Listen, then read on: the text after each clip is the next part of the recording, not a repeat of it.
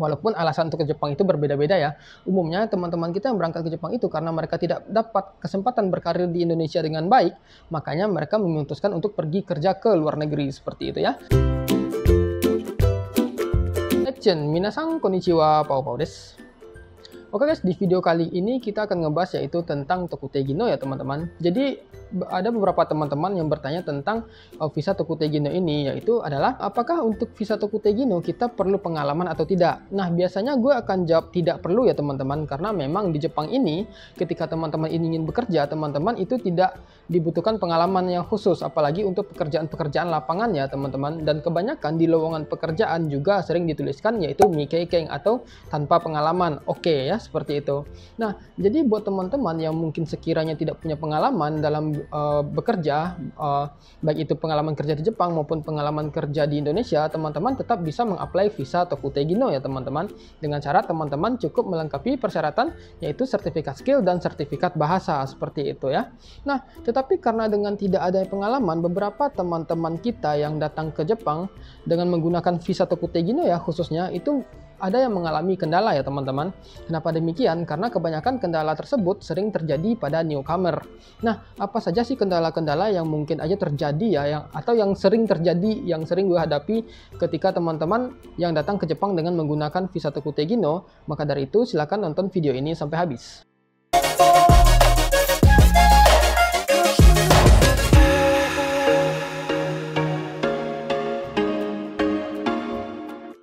Nah, sebenarnya ya beberapa teman-teman kita yang datang sebagai newcomer, umumnya kendalanya itu adalah kendala bahasa dan kendala tidak pernah bekerja sebelumnya seperti itu. Jadi nggak ada pengalaman kerja. Sebenarnya hal tersebut wajar ya teman-teman, karena memang namanya kita baru datang ke Jepang, untuk masalah bahasa pasti tidak bisa langsung bisa beradaptasi seperti itu. Dan juga untuk pengalaman kerja pun juga pasti butuh penyesuaian seperti itu ya. Sama halnya ketika gue waktu baru masuk ke Jepang itu bahasa gue juga standar-standar aja dan pengalaman kerja gue juga minim banget seperti itu.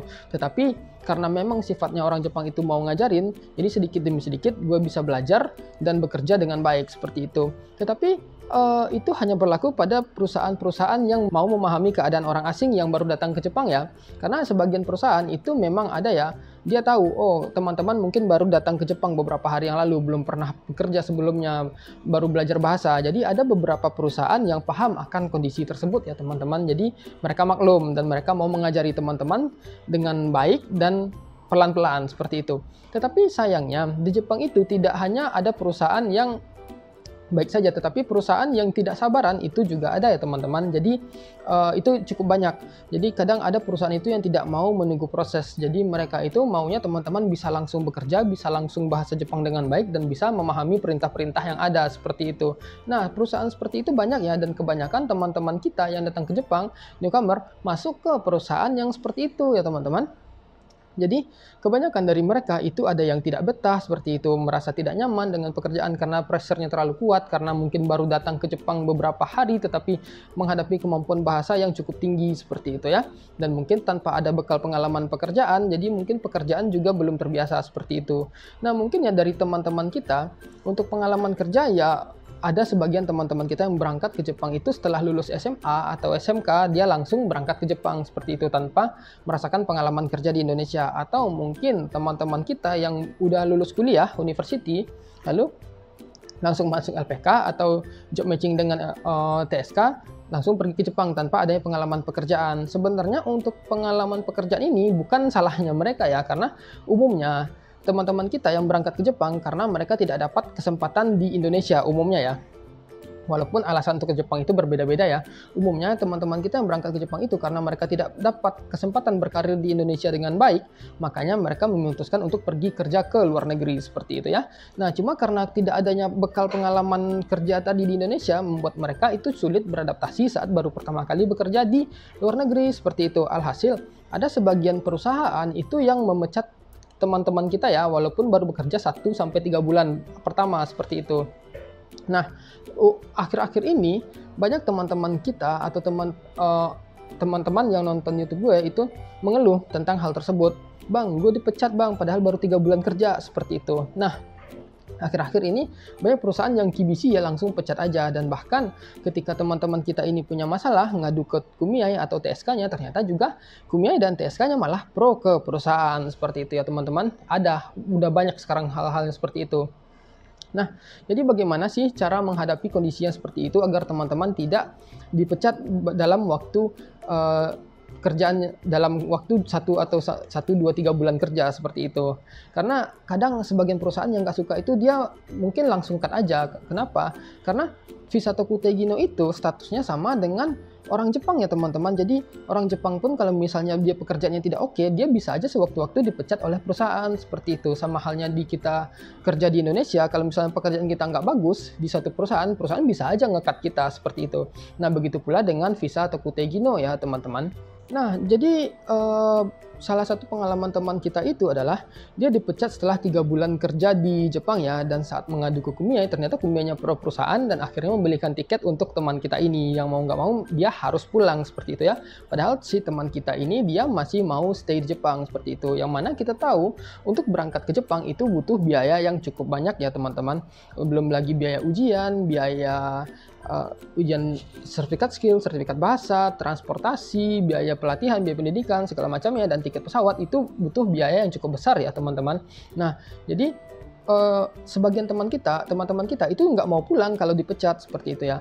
Nah, jadi solusinya itu adalah ketika teman-teman itu terancam atau ingin dipecat oleh perusahaan, teman-teman bisa minta ke TSK teman-teman untuk tidak dipulangkan, tetapi teman-teman ingin mencari TSK lain untuk mencari pekerjaan baru seperti itu. Sebenarnya hal seperti itu sah-sah saja ya, asalkan teman-teman diberitahu dulu tentang waktu pemecatannya. Biasanya untuk waktu pemecatan itu ada 1 bulan sebelum pemecatan ya. Misalnya teman-teman bekerja di bulan Maret, ternyata di bulan April teman-teman itu mau dipecat. Nah, biasanya 1 bulan sebelum pemecatan itu teman-teman diberikan pemberitahuan seperti itu. Jadi teman-teman itu udah bisa bersiap-siap ya untuk apakah mau pulang atau mencari perusahaan baru seperti itu. Dan untuk pihak TSK mereka juga tidak berhak memulangkan teman-teman seperti itu ya, karena itu semua keputusannya ada di teman-teman. Nah, terus bagaimana ketika kalau sekiranya TSK udah beliin tiket pesawat katanya kepada teman-teman? Ya, teman-teman itu berhak menolak tiket pesawat itu ya kalau sekiranya teman-teman masih ingin stay di Jepang dalam jangka waktu yang lama seperti itu. Nah, jadi bagaimana sih supaya teman-teman itu agar tidak dipecat ketika 1-2 bulan kerja di Jepang? Nah, yang paling penting yang teman-teman harus lakukan itu adalah cepat beradaptasi dengan lingkungan kerja teman-teman ya, dan lingkungan sekitar teman-teman. Karena mungkin ketika teman-teman sudah belajar bahasa Jepang, kadang ketika teman-teman diletakkan di daerah pedesaan itu bahasanya jauh berbeda sekali ya teman-teman, karena mungkin mereka menggunakan bahasa daerah. Nah, orang Jepang sendiri pun juga seperti itu. Bahkan mereka sendiri sebagian bahasa daerah itu mereka tidak ngerti seperti itu. Nah, jadi disarankan teman-teman cepat beradaptasi dengan bahasa yang ada di sekitar teman-teman seperti itu. Walaupun dia bahasa Jepang, tetapi kadang bahasa daerah itu agak sedikit lebih rumit daripada bahasa Jepang biasanya seperti itu ya. Jadi diharapkan teman-teman cepat beradaptasi, baik itu dari segi kerja maupun segi bahasa seperti itu. Nah, yang kedua yang bisa teman-teman lakukan adalah meningkatkan kemampuan bahasa teman-teman sembari teman-teman menunggu keberangkatan. Karena gini, kebanyakan teman-teman kita itu saat nunggu COE itu kan nunggunya ada sekitar 2-4 bulan ya teman-teman. Kebanyakan teman-teman kita yang nunggu itu dia nyantai aja nunggu gitu ya, ntarlah nunggu COE dulu, masih ada 2-3 bulan lagi nunggu COE tanpa ada persiapan belajar atau tanpa ada niatan untuk meningkatkan kemampuan bahasa. Nah, sebenarnya ketika masa-masa menunggu COE itu adalah masa-masa yang paling tepat ya untuk teman-teman untuk mengasah kemampuan bahasa teman-teman lebih baik. Minimal ketika teman-teman COE-nya sudah turun, teman-teman itu sudah bisa menguasai kemampuan bahasa yang sehari-hari seperti itu, semacam perintah ataupun Nichijou Kaiwa seperti itu ya. Karena apa? Ketika teman-teman memahami perintah, teman-teman itu akan mudah melakukan pekerjaan teman-teman. Misalnya teman-teman disuruh mengerjakan ini dengan perintah yang standar aja. Jadi teman-teman akan mudah melakukannya aja, sehingga kesalahan-kesalahan saat teman-teman bekerja itu jadi sedikit berkurang seperti itu ya. Tetapi kalau sekiranya teman-teman tidak paham, selalu melakukan kesalahan, lama-lama perusahaannya juga tidak betah ya dengan teman-teman, karena mungkin bisa saja kesalahan teman-teman tersebut membuat perusahaan rugi berkali-kali seperti itu. Mungkin itu juga salah satu alasan kenapa perusahaan memutuskan untuk memecat teman-teman seperti itu. Nah, jadi begitu ya lebih kurang saran gue ya, agar teman-teman tidak dipecat saat bekerja di Jepang dengan menggunakan visa Tokutegino. Yaitu adalah meningkatkan kemampuan bahasa dan harus cepat beradaptasi ya teman-teman. Nah, jadi lebih kurang seperti itu ya informasi yang bisa gue sampaikan kepada teman-teman. Kalau sekiranya teman-teman masih punya pertanyaan, silakan aja tulis di komen, gue bakal jawab sebisa mungkin, dan sampai ketemu di video berikutnya. Cut.